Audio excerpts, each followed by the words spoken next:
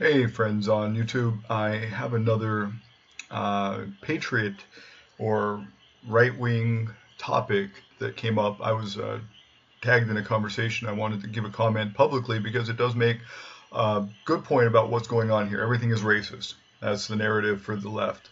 Everything is racist.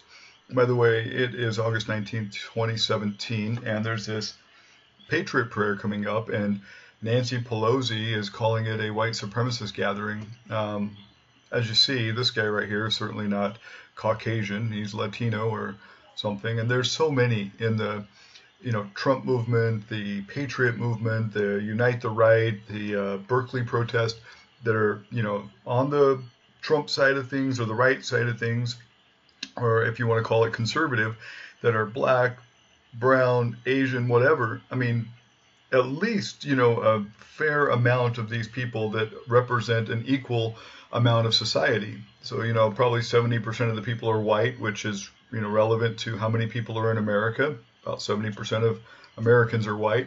And you see, between 13 and 20% of these people are black. You see a lot of Latinos and a lot of Asians too. But of course, to the left, everything is racist. And that's the way they get to be victims. They get to make their constituents feel like victims. And then when they solve the victims' problems by, for example, taking down monuments, racist monuments or whatever, then they get to be the saviors of these victims.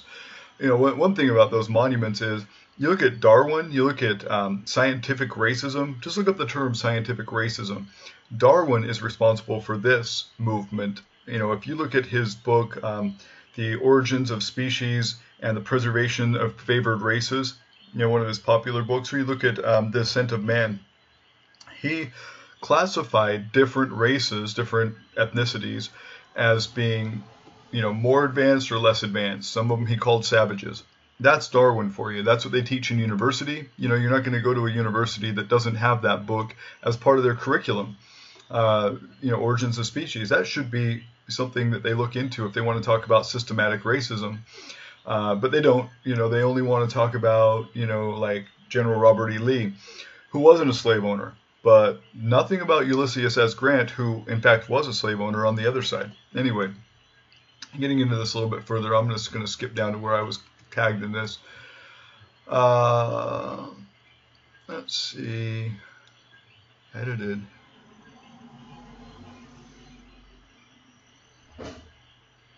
Oh, yeah. So I was tagged a little later on. I thought I was tagged in there. Okay. Anyway, understand and agree in most ways, Daniel, especially in the climate, or in this climate. Did you watch the video? This is the group Antifa was coming after. Do you think that it could be white supremacists? Their crime is, one, in the past, Joey was a Trump guy. Two, most importantly, his cause is freedom, namely the First Amendment.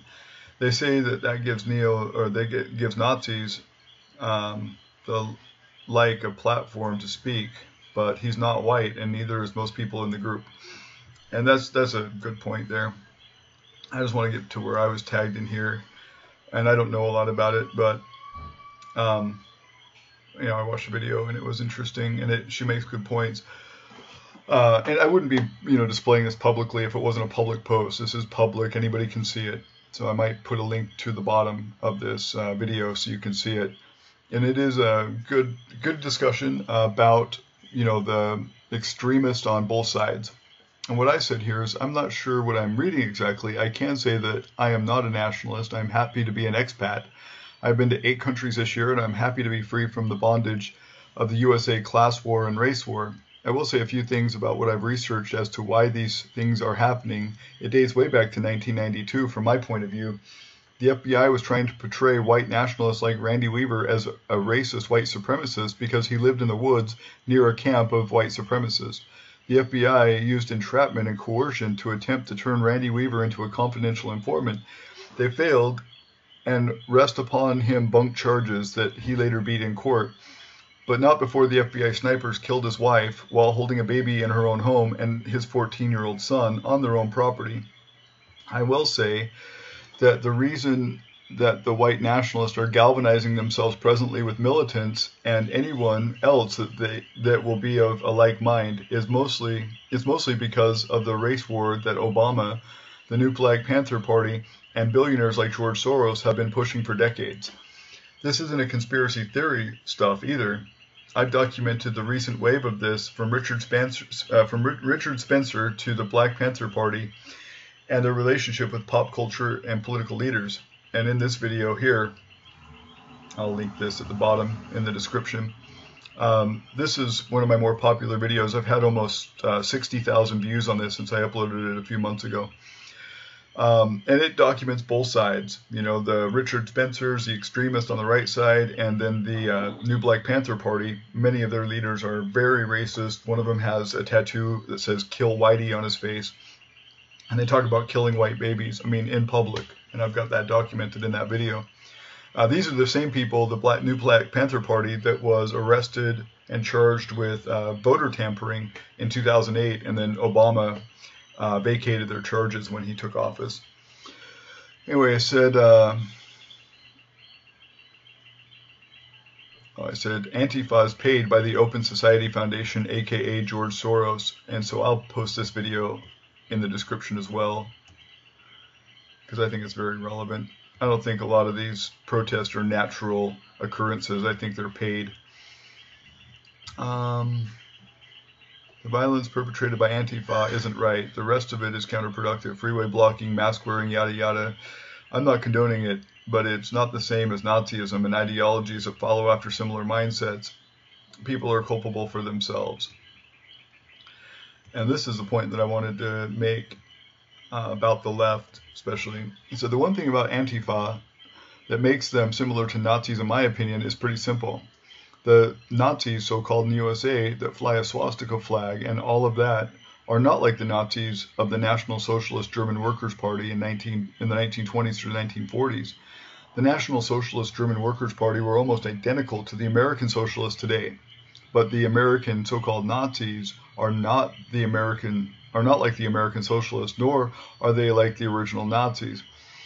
Similar that the American Socialists, many of them just happen to be Antifa.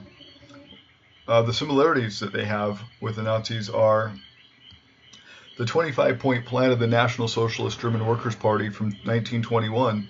Basically, if you just remove the word Jew or Jewish from the 25-point plan of the Nazis and you replace the word with rich person or wealthy person or 1% of income earners, you essentially have the same thing with just a different word to describe their enemy.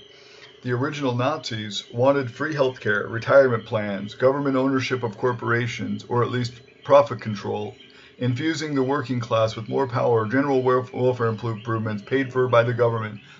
I documented my thoughts here with the sources of the original documents of the Nazis and National Socialists of the USA's proposals that are universally agreed upon by most of them, i.e. Bernie's platform. And I'll post a link to this as well in the description. And he says, I totally see the class war at hand, turning individual choice into a crime against humanity.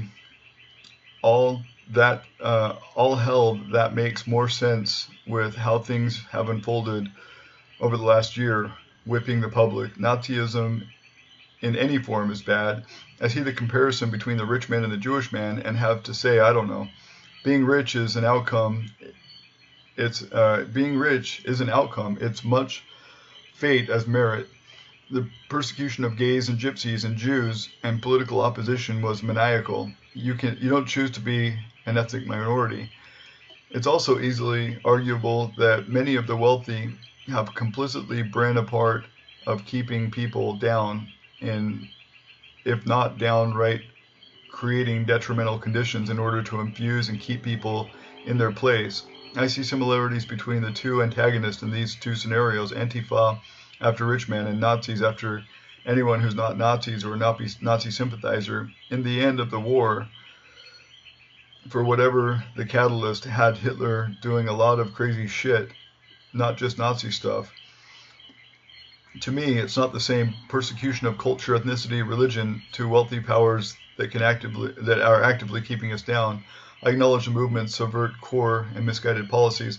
So anyway, I make this, case for how Jews were persecuted because of their wealth, similar to how the so-called 1% are persecuted for their wealth now by people like Bernie. that, for example, Hitler's father was a Jew. Hitler was very much of Jewish origin, but Hitler's rise to power based on taking back for Germans what the Jews had, quote, stolen, unquote, because they had amassed a lot of wealth in Germany. It wasn't so much that they were a different ethnicity, it was that they had amassed wealth at the expense of other Germans, per se. Despite the logic was flawed, and despite that Jews acted and looked like every other German, it was the jealousy of wealth that was the source of resentment. Same with how Bernie says he wants to take down the wealthy 1%. Despite that Bernie himself made over $1 million last year, it only takes 400,000 or less than 400,000 annual income to be in the 1% of top income earners. Bernie bought a nice mansion in Lake Champlain last year, debt-free, his third home. He's not housing any of the poor or homeless. He's just living in luxury. Point is that Bernie being rich and Hitler being a Jew, despite that Bernie persecutes the wealthy and Hitler persecutes the Jews, really just shows how similar they both were. The Nazis are typically poor, white, dumb Americans that don't know any better. Antifa and BLM are typically the same. Maybe a different variety of ethnicity would be the only difference. But both are irrational, both are violent, and both are hypocrites. Anyway, this video's kind of gone on and on. I'll just leave this here for you. I'm not going to read it. But no, seriously, the two of the groups, you look at Antifa, Black Lives Matter, you look at the redneck Nazi types, KKK or whatever, their standard situation is that they're poor, desperate, not very well educated, live in rural areas or inner cities, places that are poor, impoverished, have few jobs, whatever, maybe high crime, and they're looking for someone to blame. That's the only difference I see between the two, is that, in the white nationalist or the white supremacist, whatever you want to call them, they are, pretty much just all white. And that separates them from like these Unite the Right people or the Patriots protest in Berkeley, because a lot of those people were of all ethnicities. So, in Charlottesville, it was kind of unique because, that you had the KKK, you had the Nazis there, whereas in most of these protests, you don't. Black Lives Matter, you'll see a lot of white people, doing what I call virtue signaling, going out there and being like, oh, I support all the oppressed people, to show their friends how virtuous and wonderful and how caring they are. And then you have the very poor, desperate, angry black people that'll go and burn their whole city to prove a point. They'll burn their neighbor's business, their neighbor's house. They'll rob from their cousin's place, and have a free-for-all looting fest just to prove a point. And it hurts nothing but them, it hurts society as a whole in some ways, but the people that get hurt worst are the people in the inner city that are, living near these protests and in these towns. And they're mostly people that look and act and have the same problems as these people doing the looting and the rioting and the, all the burning and arson and stuff. So I think both groups are counterproductive. They're both hypocrites, and they're both, I think, being used by the powers that be, people like George Soros and Rupert Murdoch, and they're being used by these wealthy people to divide us. So we're fighting against each other. So we're not focused on the real problems, the bankers, the people that are trying to control society, the warmongers, the warlords. Us fighting against each other only benefits the most these rich people, and these rich people that have nefarious tactics. Not just rich people in general, but I'm talking like, George Soros, who was a Nazi as a kid. He actually worked for the Nazis. He was a part of that. And Rupert Murdoch, who's, just a businessman with nefarious intentions. And I don't know what his whole past is, but I know he's very into censoring and promoting certain ideals. He controls Fox News in ways that I think, and I've reported on this back in 2009, 2010. I reported on Rupert Murdoch and Fox News and how he controls the narrative there. The same way George Soros spends hundreds of millions of dollars funding both sides of this supposed race war. He supports racist Nazis, neo-Nazis in Poland, and he supports Black Lives Matter and such in the United States, just to create a polarity that causes conflict. So anyway, that's my thoughts on it. this is a real serious occasion in our history. We need to stand up and unite. Take a look at our websites. If you have a chance, take a look at clovistar.com as well as disruptarian.com. This is Ryan signing out. Take care.